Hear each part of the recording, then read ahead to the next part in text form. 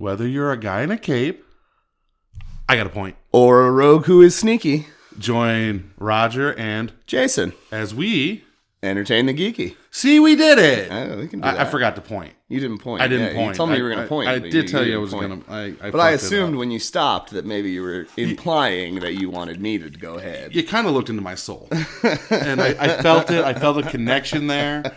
I didn't know what was going on. Oh, okay. I just wanted to live in that moment forever. Okay. That's what is going. Hi, Jason. Hi, Rodger. It's been a minute. It has. We've been terrible and Busy life. Yeah, it happens. Yeah, it does. You know, a lot of things have happened though since we quit doing this or took our sabbatical or whatever you want to call it. So many things have happened. Yeah, but so many conventions and games and Yeah. comics and video games. I don't know about comics. So one of the things. Well, no, okay. That's the other show. I had this realization when I called you and I was like, we got to go back. We got to do this. Was since the store closed. I've been out. Like I've been kind of out of it. It's no longer the. I mean, it was 5 minutes away from you. You less could than walk that. there. Yeah. But like, I've gone to Miniature Market. I've done events at Miniature Market. I've still buy board games, but as a whole, I've like kind of stepped out of that, and it made me very sad. Yeah, I can't stop, man. It's my addiction. Well, no, because you went back, and well, I mean, but even before I went back, I was still engaged and keeping up with what was going on. So it's like my addiction. It is, and that's great. But for me, it's like it's what I enjoy, but it hasn't been the same. So I'm trying to figure that out now. Sure. And that was part of the catalyst of, all right, we just got to start talking because so much shit is happening that I actually enjoy. Like I'm gaming again. Right. I game like every other week now. We're doing Deadlands, and it's great. We are in a game together. It's great. It's one of my favorite games. Oh, and the other games are games I'm running myself, so that says something. Yeah. Wow. So I'm second place, but you're just running all of them. That's fine. I mean, I do run 3 other games. And play in a 4th. Yeah, I play in one other game, but it's nice. It's nice to just go back to playing and not worrying about everything else. You're telling the story. That's a little different. Like, for me, the reason your game is up there is because I don't have to prepare for your game. You think I prepare for my game? I think you do prepare for your game. I just show up with my character sheet and my dice and say, let's go. Oh, actually, you don't even show up. We just kind of migrate here. Well, that's true. You guys just come to my home and we do it here. But other games, the games I'm running, I have to prepare for. Like, I have to think about where the story's going and understand what obstacles I'm going to put in the player's way on the road to that.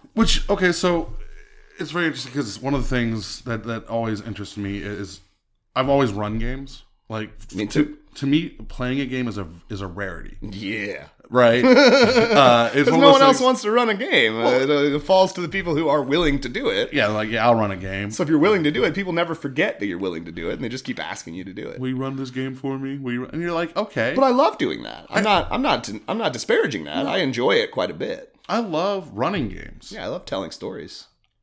I also enjoy playing games. I definitely enjoy playing in games. And do you think that being like the game master most of the time means that you end up being a stronger or a weaker player at the table?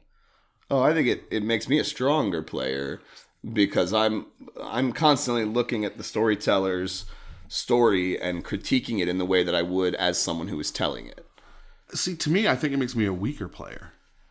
I mean, I'm looking for the holes in what's going on when I'm just sitting at the table listening to a story. That's fair. You've pointed out a lot of holes. You're like, this does. I'm like, no, that's how it makes sense. You're like, no, it does. I'm like, you're right. GM fuckery. But to me, like, because what happens is I get stuck. When I run a story, I'm doing everybody. Like, right. I'm playing all the NPCs. I'm playing everybody else. When I'm trying to just play that character, you think it would be easier to stick with that character. But to me, it's actually more of a challenge because there are things like I would like, I should do this, but my character wouldn't do this. But if I was running the game, the NPC would. Well, I think the worst trap you can put yourself in as a player is saying to yourself, what would my character do? It's not what your character, it's what you would do. The best way to role play is to just put your own mind in the brain of this made up character. Like, I mean, really, it is. It's not what would my character, it's what would I do. even if that goes against your initial idea about your character's morality or your evolution, because it's constantly something that's changing. Because you put your character on paper before you play the game, but you don't know where that character is going to go until you interact with the other characters in the world. Right. So it's constantly evolving. It's constantly changing. So when I'm running a game for mostly new players, I mean, there's only one person at the table that is not brand new to the game. And one of the things I keep telling my players is don't think about what this person on the page would do. Think about what you would do. What would you do if you were faced with this situation in real life? What would you do? Well, so for me, like when I play a character, I'm playing very, I don't want to use the word simple, but in my mind they are like Faru. He's a hero.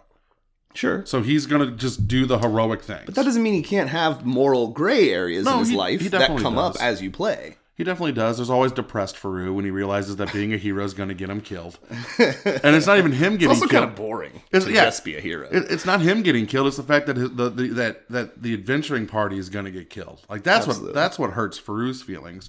But then there's other characters like Hollandos where I'm like, he's just worried about himself.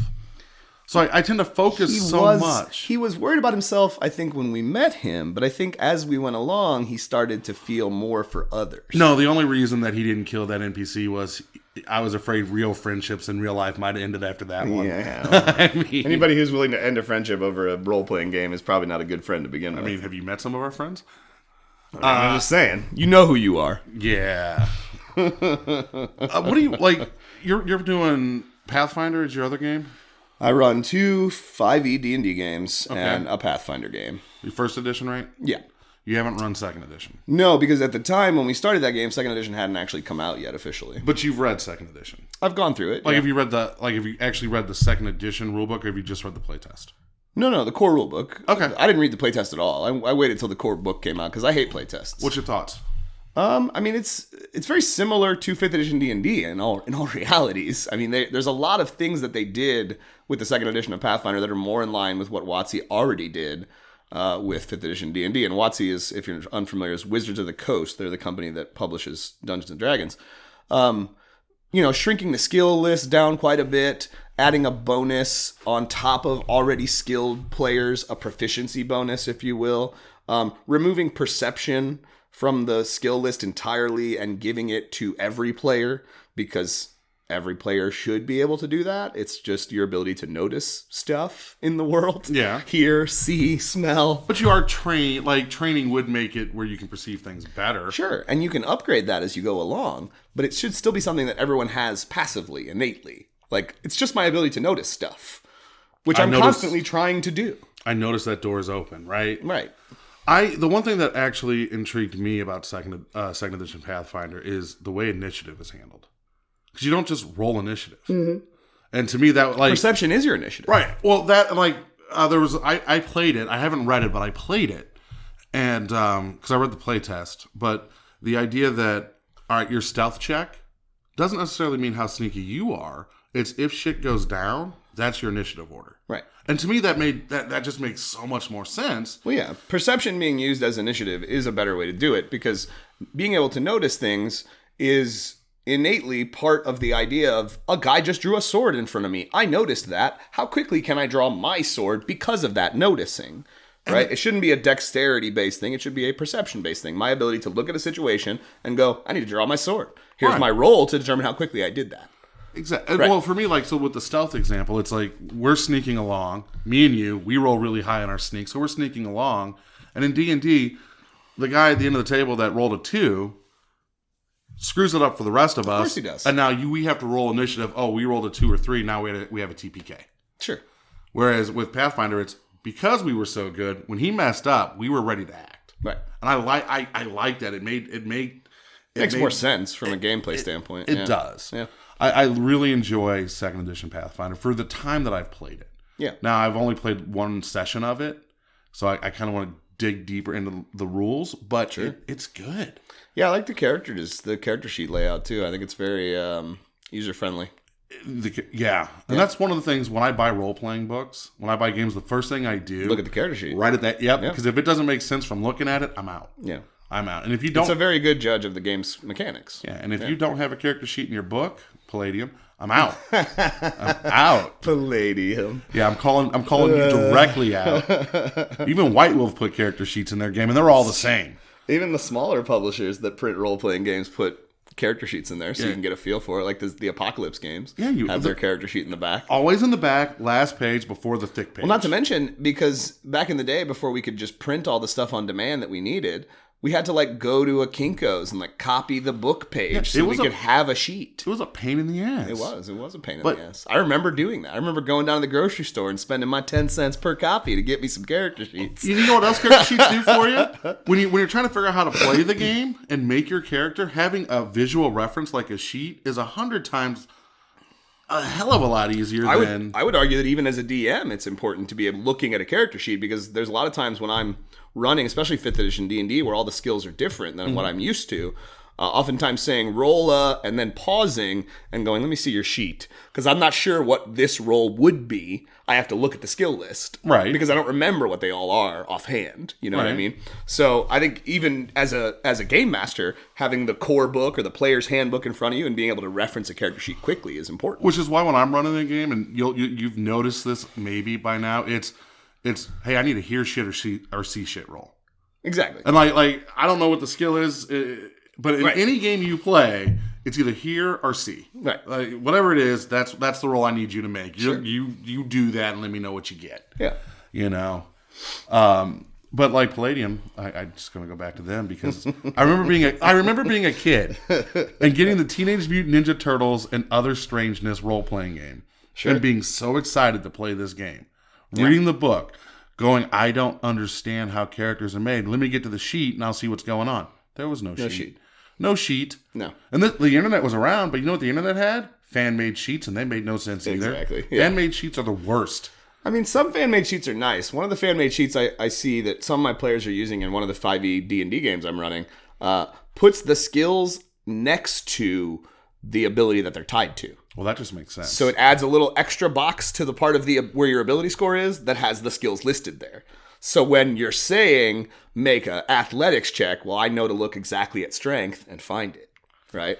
Well, I mean, aren't skills alphabetized on the 5th edition sheet? They are. It was just a little nicer to see them next to the abilities they represent. It looks nicer. Especially because in 5th edition D&D, you don't have to be proficient in the skill to use it. So it's much nicer to say, well, this is a strength-based skill, and I can look at just the strength-based skills because I need one, but I might not have it as a proficient skill. Now, is it alphabetized underneath? Yeah. Because that would annoy me. Like, Deadlands kind of annoys me. Of course.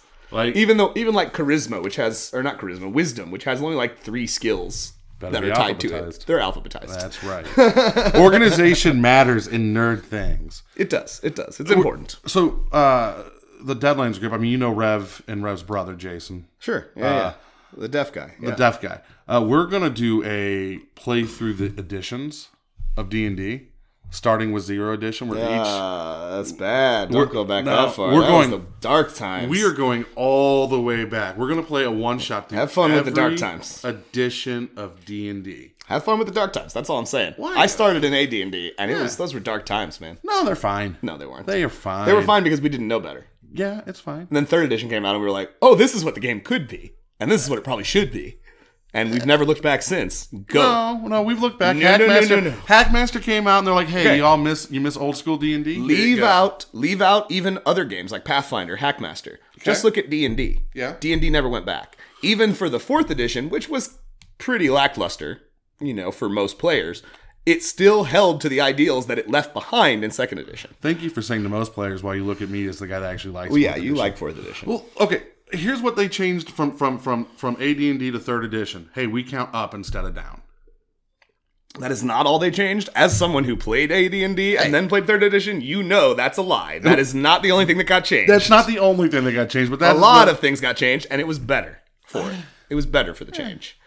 It made the game. It made the game make more sense to people that are not like us. You know what's going to happen? That's what it did. I'm going to write a detailed review and give it to you on each edition, like a book report. That's fine. You can do that. The reality is, you know as well as I do that it's better. So you don't want to play? No. You don't want to come and play some When you chainmail? start 3rd edition, I'm in. No, that's not how this works. The whole point is for us to play every edition of D&D. I'm not doing OD&D, and I'm not doing AD&D again. Those were dark times. We're doing it all. Oh, we're doing fun. basic, 1st edition, AD&D, chainmail. I'm just saying, there was a reason those changes were made, and the big reason, like I said, is because it made it more accessible to people that are not like us. Also, it was a different time. Keep in mind that AD&D came out, in 82? Yeah, something like that. In the early 80s, yeah. The 2nd edition AD&D came out 90s.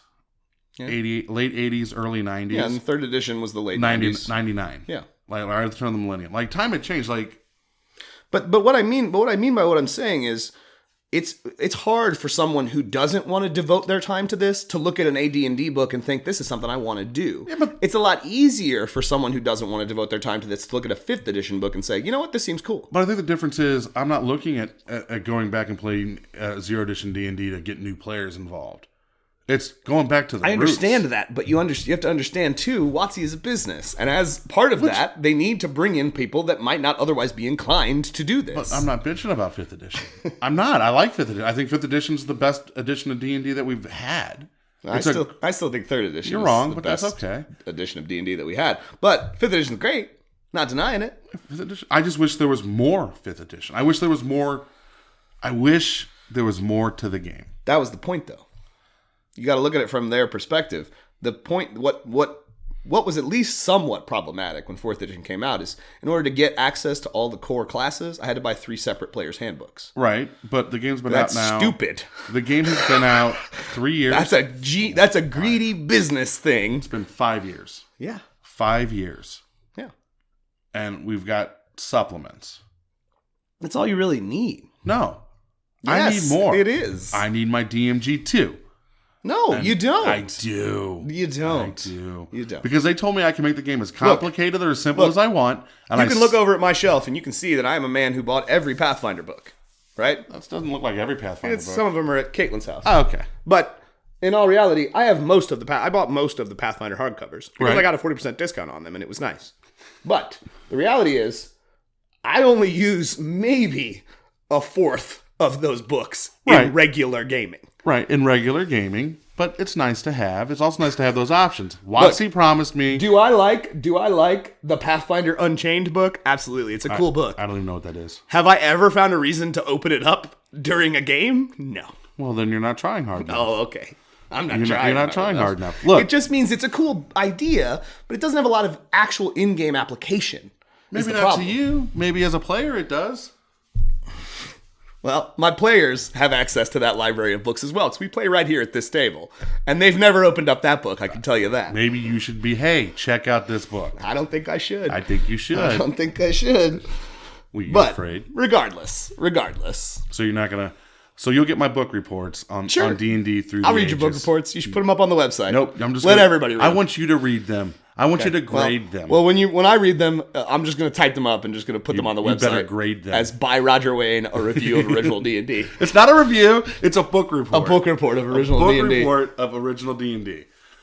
I'll transcribe them into a document and put them on the website. How about that? It seems like an invasion of my privacy, but whatever. I won't stop you from doing it. Everything that we do is an invasion of your privacy. We are hearing your personal opinions about things. You are letting us into your brain while we do this. I am giving you a tactile object as a gift. Do with it what you will. Okay.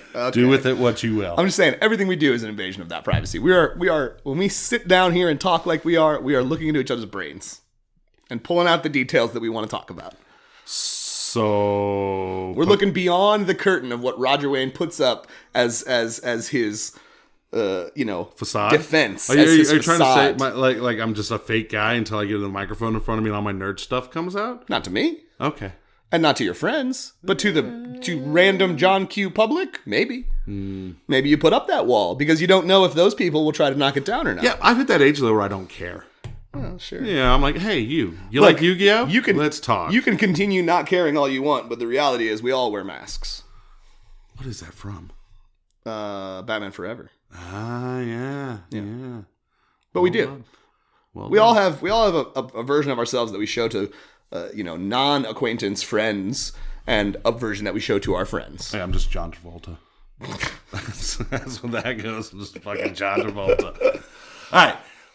one big thing, talk about a little bit before we head out of here. Because it's... Where are we at? Oh, we're good. We're good? Yeah, we're good. Oh, damn. Yeah. Yeah, we're good. See, now you made me have to go in and cut this part out. No, leave that part in. Oh, okay. You just leave it in. It's organic that way. It's organic. They do it on the radio all the time. Like, we got a minute left. Cool, let's keep talking. That's how it goes. All right. Picard. Yeah. It's out. It's not out. It's dropping once a week on Thursdays. Yeah, sure. Yeah. Thursday, CBS All Access. They don't pay us. No, they don't. They don't. In fact, CBS, give me some money. In fact, I pay them. CBS, give me some money. Well, hold on real quickly. Before we get to Picard, did you hear that, like, Viacom, now that Viacom CBS have merged again, they're considering canceling the Star Trek properties? Well, that would be a terrible idea. And, like, kind of doing their own thing with it? I mean, that would be a terrible idea. People, so many people enjoy Star Trek and have made CBS All Access probably a lot of money since Picard has dropped, I would imagine. Just Picard, not Just Discovery. Picard, yeah. I would imagine it's made a lot of money. No, I'm actually one of those people that do pay for CBS All Access because even when it was Discovery, if you support Star Trek, that means they'll do more Star Trek. And eventually one of them will be good. Well, sure. The reality is, too, I mean, you can watch all the old Star Trek on CBS All Access. All the good Star Trek. I thought it was all on there. Is it not all on there? No, the good. All the good Star Trek. Which one's missing? No, none of them are missing. It's all good except for, the new Star Trek. No, it's not all good. What's not good? Enterprise. Enterprise is fine. Enterprise is good. Enterprise is bad. No, Enterprise is not. It's a bad show. It was not a bad show. First of all, the big problem that I have with Enterprise, regardless of any type of what you want to say about what they did to the continuity of the show, what you retcons and all that, whatever, that's great. Okay, I don't like that stuff, but whatever, that's what it is. The first Starship Enterprise was NCC 1701. That's in canon. Not anymore, it's not. Well, actually, hold on. Because Scott Bakula thought he could screw that all up, I guess. It wasn't Scott Bakula. Actually, so you're not wrong. The first Federation ship named Enterprise. No. I didn't say Federation ship. I said the first starship named Enterprise was NCC 1701. No, because we screwed that up when we launched the Space Shuttle Enterprise. No, the Space Shuttle is not a starship. I mean, it's in the stars. It's a ship. Okay. It's not, though. It's not a starship. But Enterprise is a good ship. It can't travel beyond the scope of our immediate vicinity here in the universe. Oh, fuck. Did you hear about that British guy?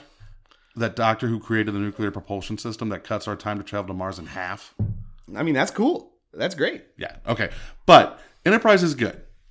It's not, though. It is. It is good. Yeah. The last two seasons Agree to disagree. The last two seasons of Enterprise are good. Now, with every Star Trek show... Scott Bakula was the worst captain ever. Oh my God, I want to punch you in the face because he's not. Scott Bakula was the worst captain ever. He's not. Janeway was. Nope, he's worse than Janeway. No, Janeway was the worst. She took the longest route to get home.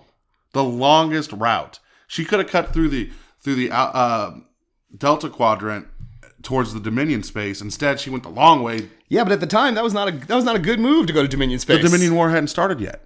It was still in the Cold War. When she It doesn't matter. The point is, you don't want to see a Federation ship flying through Dominion space. You don't want to see a Federation ship going through Romulan space either. Well... And they were coming up on the ass into Romulan territory. The Romulans, but the Romulans, yeah, are they one of the villains? Sure, but they also had a shaky alliance with the Federation. Yeah, and here you go. I'm the Romulan Empire. One of your missing ships shows up on the ass end of my space.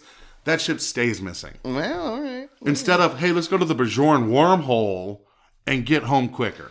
Doesn't matter. The point is, it was a good show. No, it wasn't. A better show than Enterprise. It was not. It was. You take the only problem I had with Voyager was that it went with the idea that the Borg had a singular intelligence, a queen, and I don't like that. I thought that was the Rock episode and the Salamander. Well, episode. But that started with First Contact. First Contact was the movie that showed us that the Borg have a queen, which is the leader, issue of which goes against everything that we've ever learned about Borg. At that point. Which is why I always hated collective. We're all part of this consciousness. Which is why I hated the TNG movies as a whole, and why hear me out, and why I respect the TOS movies as a whole. I think the framework for the TNG movies was good. The problem is you're doing these movies. The substance was a little iffy. Hold on. You're doing these movies. Yeah. You're doing these movies while you're still telling stories on TV of the same universe. So what happens in the movies will have that ripple effect. With the original, that show had been over. TNG didn't start till number 5 came out. Sure. So you had time to actually tell these stories that you wanted to tell without having a ripple effect affecting other creative decisions. I mean, it did have some rippling effect on TNG as a series. Which one? Generations? No, the original Star Trek movies. A little bit. Like, there was like, oh, we have to talk about this. And Sure. honestly, if it wasn't for TNG, maybe Star Trek 6 would not have been the undiscovered country. Because everyone at that point was like, how did the Klingons and the Federation become allies? What happened there? Sure. Well, let's tell the story. Yeah. Let's tell the story of the Cold War ending in space. But Picard, we got way off there. We did. Picard. Because it's Star Trek. It's good. No, Picard's great. It doesn't feel like Star Trek to me. It doesn't, and It's more freeform, I think. as I've watched these episodes, I've gotten more over the, okay, it's Picard, he's back, to... See, for me, it wasn't Picard, he's back, until early on in the show, watching that very first episode, I thought, all right. Oh, hold on real quick. We're going to be talking spoilers, so Sure. if you care... I mean, I wasn't going to talk about spoilers. Oh, no, we're going to talk. But if That's you what want to we talk do. about some spoilers, okay. Yeah, it's been 3 weeks now. If you care about spoilers, we'll see you next time. Right. If you don't care, stick around. We're going to talk about... But if you're still here... We're going to talk Picard. I was watching the first episode, and I'm like, okay, I see Jean-Luc Picard, right? It's Patrick Stewart, and he's kind of doing his thing. Okay, cool. But I didn't really feel it until he goes on that television show and has his little speech about the Federation. And then I went, okay, there he is. There's Jean-Luc. That's the man I remember, not this old husk of retired man who has given up on the idea of being a part of the Federation. Right, but later on in that very same episode, he sees a doctor, and the doctor's like, "Yeah, the reason you had that outburst is your condition." Sure, and it's not his condition though. That's just who Jean-Luc is, right? But you're saying that's exactly what I was like. Wait, you're saying the only reason Picard sounded like Picard for a brief instant is because he has this medical condition? I don't buy it. No. And then it kind of sunk back, and I'm watching. I'm like, he's definitely an older man. And Patrick Stewart has aged 20 years since then. The character is definitely an older man, but dead air. Just shut up. I'm trying to word this the right way. Articulate your thoughts. I'm trying to word this the right way so I don't back myself in a corner, because I do enjoy this show, but it's not Star Trek. It's not. It doesn't feel like Star Trek. It doesn't feel like Star Trek. It doesn't feel like TNG. It does not feel. It's got all those same buzzwords: Federation, Picard, even Discovery, Romulans, Borg. Even Discovery feels a little more Star Trek-y than. It's because it's Picard. a show that, I mean, you made the point earlier when we were having this discussion ahead of recording here that it's not a Federation show. It's not. And so that's why I think it feels different, because every other show, even Discovery, is a Federation show. Right. This is a Federation vessel. This is a Federation crew. These are Federation adventures. When we're also dealing with the fact that this entire season is just one long episode. Sure. So you're dealing with one long episode. It's telling stories differently than Star Trek normally tells stories. Yeah. And that is a weird thing. The big thing for me that is the hook so far that's keeping me going is not even Jean-Luc. I love Jean-Luc. He's my favorite captain in all of Star Trek canon. You mean JL? No, I'm not going to call him that. His name is Jean-Luc. But the thing that keeps me going right now, at least, is what the hell the Romulans have interest in the Borg for. A species that typically has been shown to hate any type of artificially intelligent creature. Well, let's look at the Borg. The Borg are both. Yeah. They are organic and they are inorganic. Well, so what the hell do the Romulans want with the Borg? And you get a little bit more of that in episode 4. Also, are the Borg gone? Are there no more Borg? Well, according to well, no, because hold on, they did make that. Aren't you afraid they're going to reestablish with the collective in episode 2? I think it was. Right. Meaning that the Borg are still out there. So why haven't they won yet? Who, the Borg? Yeah. Because we stopped them every chance we get, and Janeway threw fucking transphasic torpedoes up their ass. And guess what? None of those people are active duty captains anymore. So how have the Borg not overwhelmed the Federation at this point? And because it's one thing to say Federation worlds are protected. Okay. There's a lot of space out there. The Borg could clearly form an army that would be too formidable for the Federation just by leaving the Federation alone for a little while. Well, and we're saying 20 years have passed and they haven't achieved that yet. Here's the thing that's really scary about the Borg, and they did this in Star Trek Destiny, the book, which is now no longer canon. If the Borg decided to invade Federation if they decided to invade any of the Alpha Quadrant, it's over. Yeah. The thing is, every time we've seen the Borg as a threat on film, it's been, here's one cube. Oh, here's the trans Right. hub. Where's their fleet? Where's their armada? Well, I think, didn't Janeway... It's somewhere out there. Didn't Janeway screw up the their... Look, there was a bunch of timey-wimey nonsense going on in Voyager with timelines and past versus future. And okay, great. Mirror Universe, I think, popped up during Voyager as well. No, that was Deep Space Nine. Oh, that's Deep Space Nine. Deep Space Nine, because the lesbian scene. Yeah. Okay, but the very reality is the Borg are not just the one cube. They clearly have taken over most of the quadrant of space that they came from, which was Gamma, I think. Well, no, where did Voyager go? Gamma. I thought it was Gamma. Was it not Gamma? Delta? No, Delta's Deep Space Nine. Delta's no, that's Beta. No, Gamma's Deep Space Nine. Alpha. No, Delta is Deep Space Nine. The Delta Quadrant is where the changelings come from. That's where the wormhole goes. You could be right. I'm not I am right. wrong. Deep Space Nine was a good show. Deep Space Nine was my favorite Star Trek show. It's Alpha is obviously Federation space. Beta is where the Romulans, like the Romulan Klingon Empire is. Voyager. You could be right. It could be Gamma. I thought it was Gamma, but it doesn't matter. It could be Gamma. It doesn't matter. The point is, somewhere out there is a fleet. They've taken over most of the sector of space that they exist in. So they've got a fleet. Right. If it's more than one Borg cube, even if it's 2 Borg cubes, I think we're done. So why did that not happen? What happened to the Borg to hurt their ability to take control of the Alpha Quadrant? Janeway happened to the Borg. Janeway dealt with the Queen and dealt with the collective that she had taken over. But the very reality is... There's more collectives. There's more collectives. Yeah, there are definitely more collectives. This is not just a singular idea. And the fact that they did that allows you to have your cake and eat it too, right? Because I don't like the Queen. I think that's a stupid idea. But it allows you to say, Janeway dealt with that. That was just one offshoot of this. Right. And a single person that took control of one of the collectives. They're in the Delta Quadrant. Well, okay. I thought the Delta Quadrant was Deep Space Nine. No, I think the Gamma Quadrant's Deep Space Nine. All right, we're back. All right, so I got that cleared away. But my question is, what the hell do the Romulans want with Borg technology? We don't know. Right. Because that's the hook that's keeping me going. These aren't the Romulans that we knew through TNG. They're not. Their homeworld's been destroyed. I mean, I think the Special Forces versions of them are absolutely the Romulans who they used to be. But the government isn't. We don't know what the Romulan government is. The Romulan doesn't have a government anymore. We don't know that. We don't. I mean, we kind of do. Romulus was destroyed. Less than 10% of their population survived. I thought only 10% of the population was killed. No, I thought it was 10% of the population survived. We'll find out. Well, sure. But the reality is that the Romulans are scattered. Yes. The core world of their leadership is gone. Yes. So I think that I don't think these things are linked. These Special Forces guys and the guys that are organizing what's going on the cube, I think these are different. I think they're being governed by different people. Maybe there's 2 separate, because we find like get to the 4th one, like there's a whole plan of the Romulans that Picard goes to, and it's like, oh well, they're not right, and these Romulans are completely different than these Romulans, which are completely different than. I think they're being controlled by separate governmental type entities, right? And you don't want to say governmental because a lot of their government is gone, but.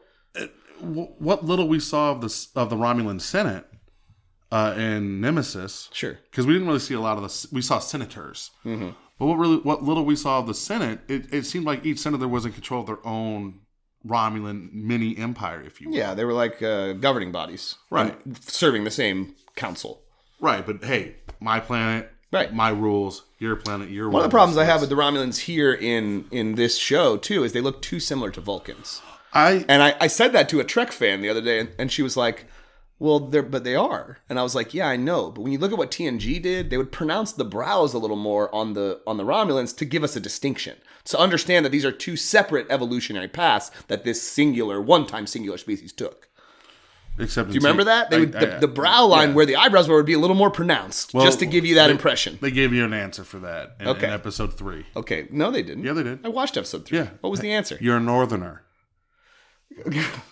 You're a northern. That's not an answer. Apparently, it's the northern sides of the Romulans. What we are saying is that the Vulcans and the Romulans share a common ancestry. Yes. And at some point, that ancestry diverged. Yes. So, northern, southerner, it doesn't matter. The ancestry diverged. I have not seen one Romulan on this series that has the pronounced brow line. His friend, the one that helped him, had the pronounced brow. It It was more like No, he had ridges. He had the ridges in his head, which they gave some of the Romulans. The brow line still looked very Vulcan.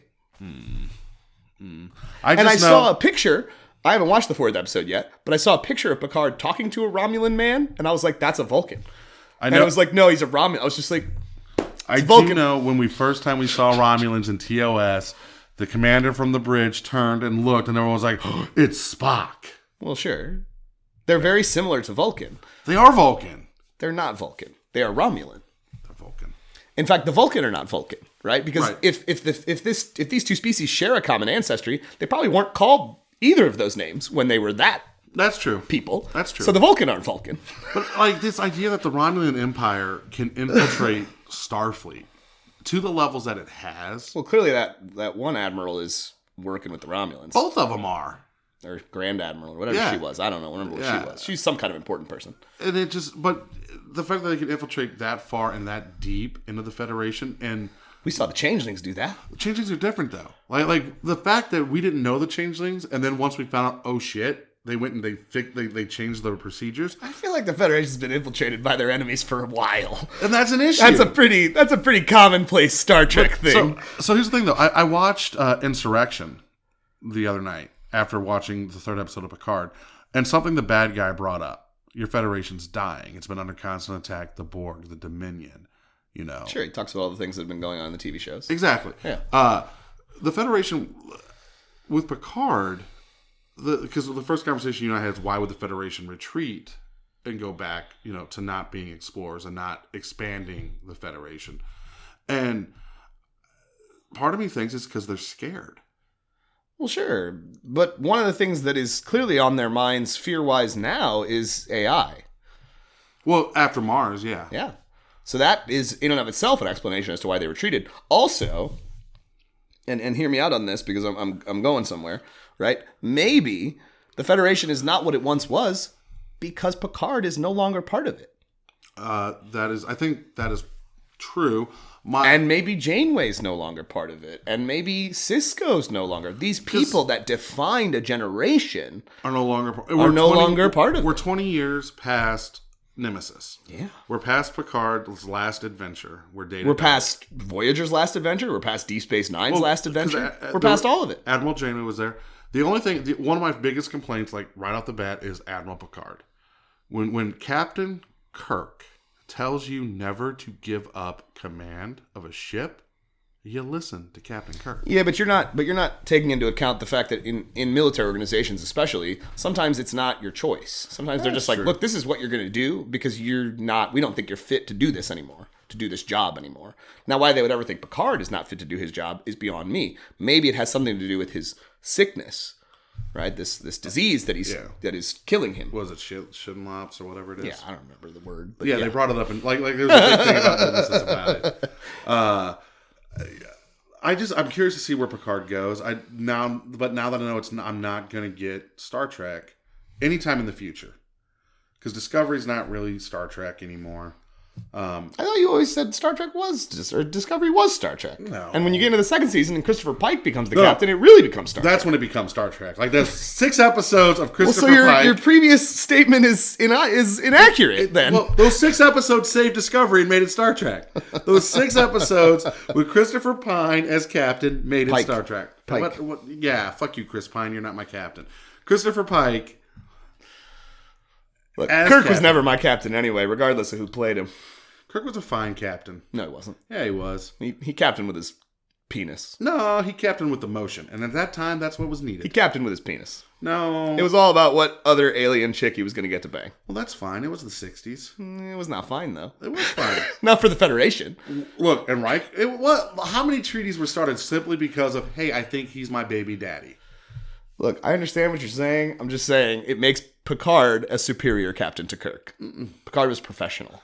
Kirk could do things by himself and did things by himself. Picard had to have a meeting over I seem to remember him being tortured by Cardassians and doing just fine on his own. One time. And no. That was not one time. Remember when he was trapped on the planet with the alien who only speaks in allegory? Yeah, that's when the walls fell. Yeah. I'm just saying, there was plenty of examples of Picard being able to have just as much success on his own And there's plenty as of he did with his examples crew. of Kirk turning to his crew. I'm not saying Kirk's a better captain than Picard. We all know Sisko's not. the best captain of the entire... Sisko's a good captain, but he's not technically a captain. He becomes a captain. He's only a captain when he's on the Defiant. No. He becomes a captain on Deep Space Nine. Like, he gets to He's the rank the of commander, which is a higher rank. No, he's like the commander of the space. But in Starfleet, no, he wasn't, because he was commander. Commanding the space station is a higher rank than captaining a ship. He got promoted to captain in season 3 because of the Dominion War and the fact that the Defiant was the only ship in the fleet that could have that had cloaking technology. Added an extra pip to him. Whatever. He gave him got the captainship because he kept stealing the Defiant, and they just said, "Why don't you just take the Defiant, let it be your ship?" Well, so when he was on Deep Space Nine, he was still Commander Sisko. He was still Captain Sisko. They called him Captain after he got promoted. He was a captain. It even says it went from Commander Sisko to Captain Sisko. I just don't understand how commanding the space station is somehow a lesser rank. Well, that's the problem. That was You're not captain of a space station. That's not how it works. The space station wasn't meant to be a grandiose place. It was meant to be just here. Your wife died. Get over it. Yeah, go to this research station and research this wormhole that we didn't know about. Good job. We found that out in episode 1. Good job. Yeah. Go there. Research Actually, the wormhole. Move the entire space station. Do something very dangerous. But the reality is, you're not a captain of a space station. You're a commander of a space station. Captain is a rank for the person on the bridge of a ship giving orders. There's a bridge on the space station. It's called Ops. Okay. It's called Ops. It's called Ops. I'll meet you in Ops. Yeah. But Picard's good, guys. If you haven't checked it out, it's a very good show. And it's something that has even captured the attention of Corey, my wife, who is typically not a TNG fan. There's definitely episodes that I think she's probably enjoyed, but she's not a TNG fan. Have you talked to Zach about Picard? I haven't. I haven't been able to get a hold of him. Yeah, I've tried. Cause I'll call him every few weeks or so just to see what he's up to. I want to know what his opinion on Picard. The question is, he's even watching. He should be. He has my password. Well, I mean... Does he still? I will say that, yes. I will say this. Someone besides you is watching Picard. Because when I go on, I'm like, I know that wasn't Jason. My dad is watching Picard. Is he watching it on Thursdays? I don't know. Okay. I don't know when he's been watching. No, because you just gave him my password. No, it was like a week ago. Yeah, no, this is like when I hopped on to watch Picard the first time, and I was like, who the fuck already watched the first episode? I know it wasn't Jason. All right. Well, maybe it was Colonius. Maybe, I hope so. Maybe. All right. So, all right. I got nothing. I think it was good. How about you guys go read some books, shuffle some cards, roll some dice, and just go be nerdy, okay? And keep an eye out for, I know we've talked about this before, and it seems to have not ever gotten to be what we wanted it to be, but we have set a final date for the Kickstarter for Conniving Cooks. Yeah, I don't remember what that date was. It's the 25th. Of... May. It's May. Yeah, because we were going to do May 4th, but I was like, let's not step on Star Wars. No, it's 5th. May 5th. The 25th of March was when we were going to get together. Right. The 25th of March is when we're... Oh, no, yeah, because we're recording our little commercial. We're going to do a commercial. We're going to do a commercial. For the we're going to be cooks. For the Conniving Cooks Kickstarter launch. So yeah, keep an eye out for that. So that'll hit. We should put the commercial up as a teaser to the Kickstarter campaign.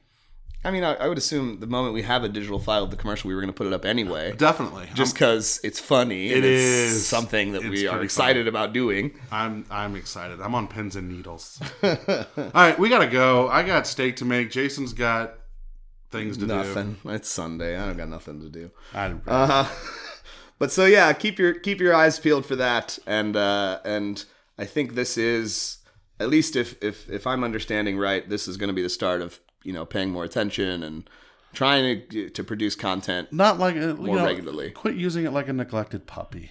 It is a neglected puppy. Right. We need to give it treats and bones. We have all neglected it. So even myself, who was for a while the only one that wasn't neglecting it. It's fine. We're going to get together. We're going to record some episodes. It might not always be me and Jason. We don't know. I don't know why it wouldn't be. I'm just saying. But yeah, because Sunday is a day we both share off in common. Aw. I mean, it is. You like looking in my soul when you say that. All right, we got to go. All right, guys. Stay geeky out there.